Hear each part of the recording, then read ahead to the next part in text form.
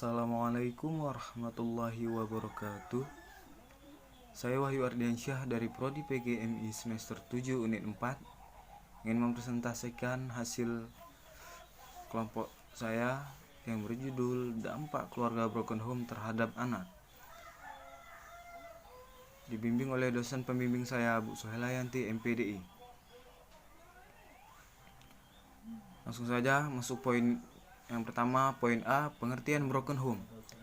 Broken home adalah kurangnya perhatian dari keluarga atau kurangnya kasih sayang dari orang tua sehingga membuat mental seorang anak menjadi frustasi, brutal, susah diatur.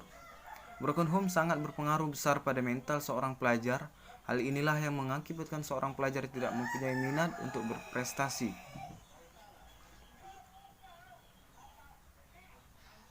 Istilah broken home biasanya digunakan untuk menggambarkan keluarga yang berantakan akibat orang tua yang tidak lagi peduli dengan situasi, kondisi, dan keadaan keluarga di rumah. Orang tua tidak lagi perhatian terhadap anak-anaknya, baik masalah di rumah, sekolah, sampai pada perkembangan pergaulan anak-anaknya di masyarakat. Ya, poin yang B, ciri-ciri keluarga broken home.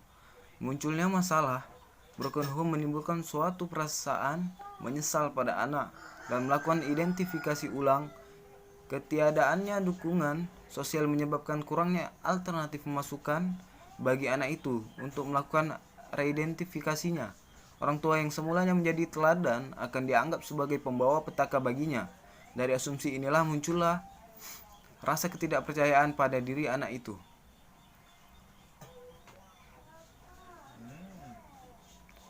Poin C, dampak broken home terhadap anak. Yang pertama ialah anak mulai menderita kecemasan yang tinggi dan ketakutan. Kedua, anak merasa terjepit di tengah-tengah karena harus memilih antara ibu atau ayah. Yang ketiga, anak seringkali mempunyai rasa bersalah. Dan yang terakhir, yang keempat, ialah kalau kedua orang tuanya sedang bertengkar, itu memungkinkan anak bisa membenci salah satu orang tuanya. Selanjutnya, dalam rumah tangga yang tidak sehat, yang bermasalah dan penuh dengan pertengkaran-pertengkaran bisa muncul 3 kategori anak. Yang pertama ialah anak-anak yang memberontak, yang mencari masalah di luar. Anak yang jadi korban keluarga yang bercerai itu menjadi sangat nakal sekali. Yang kedua, selain itu, anak korban perceraian jadi gampang marah karena mereka terlalu sering melihat orang tua bertengkar. Dan yang ketiga, yang terakhir ialah anak-anak yang bawaannya sedih, mengurung diri, dan menjadi depresi. Anak ini juga bisa kehilangan identitas sosialnya. Selanjutnya,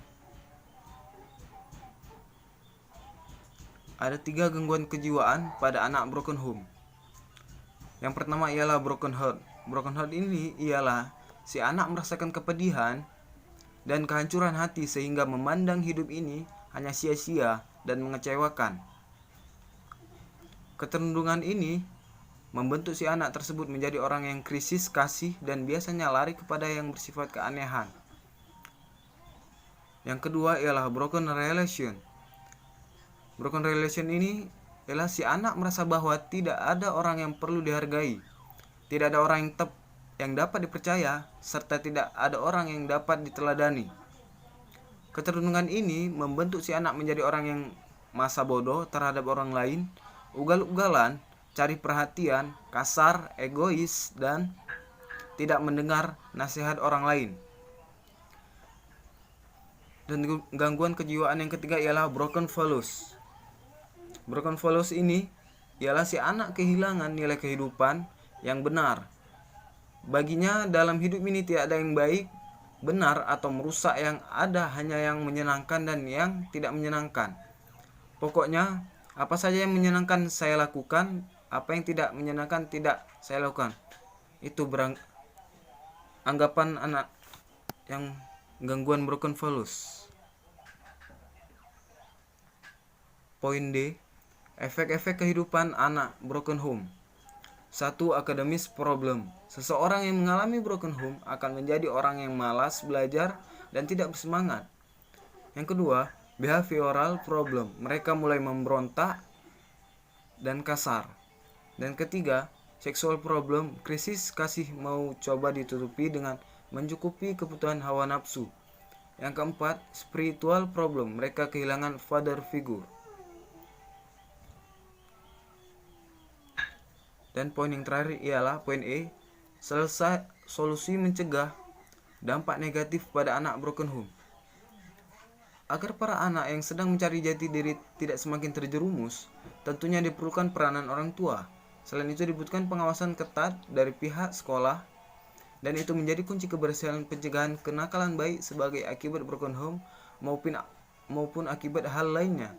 Peran orang tua di rumah dan peran sekolah menjadi kunci keberhasilan pencegahan moral anak. Kasih sayang dan perhatian orang tua adalah langkah pertama. Menurut saya itu solusi utama ya. Sekian dari presentasi kelompok saya. Assalamualaikum warahmatullahi wabarakatuh.